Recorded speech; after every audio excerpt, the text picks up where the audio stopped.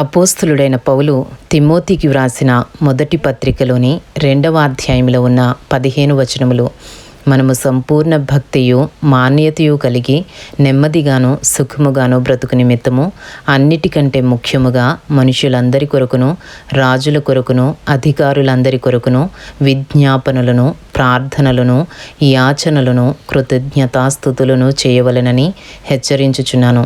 ఇది మంచిదియు మన రక్షకుడగు దేవుని దృష్టికి అనుకూలమైనదియునయ్యున్నది. ఆయన మనుష్యులందరూ రక్షణ పొంది సత్యమును గూర్చిన అనుభవ జ్ఞానము గలవారై ఉండవలెనని ఇచ్చయించుచున్నాడు. దేవుడొక్కడే, దేవునికిని నరులకును మధ్యవర్తియు ఒక్కడే. ఆయన క్రీస్తు యేసను నరుడు. ఈయన అందరి కొరకు విమోచన క్రయధనముగా తన్ను తానే సమర్పించుకొనెను. దీనిని గూర్చిన సాక్ష్యము యుక్త కాలములయందు ఇయ్యబడును. ఈ సాక్ష్యం ఇచ్చుటకై నేను ప్రకటించువాడనుగాను అపోస్తలుడనుగాను విశ్వాస సత్యముల విషయములో అన్యజనులకు బోధకుడనుగాను నియమింపబడితిని. నేను సత్యమే చెప్పుచున్నాను, అబద్ధమాడుటలేదు.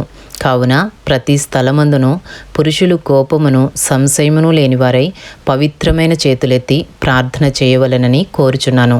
మరియు స్త్రీలను అనుకువయు స్వస్థబుద్ధియు గలవారయుండి తగు మాత్రపు వస్త్రముల చేతనే గాని జడలతోనైనను బంగారముతోనైనను ముత్యములతోనైనను మిగుల వెలగల వస్త్రములతోనైనను అలంకరించుకొనక దైవభక్తి గలవారమని చెప్పుకుని స్త్రీలకు తగినట్టుగా సత్క్రియల చేత తమ్మును తాము అలంకరించుకొనవలెను.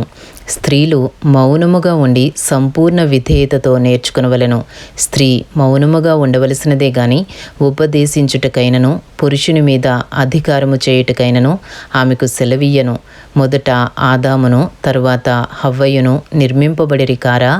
మరియు ఆదాము మోసపరచబడలేదు గాని స్త్రీ మోసపరచబడి అపరాధములో పడెను.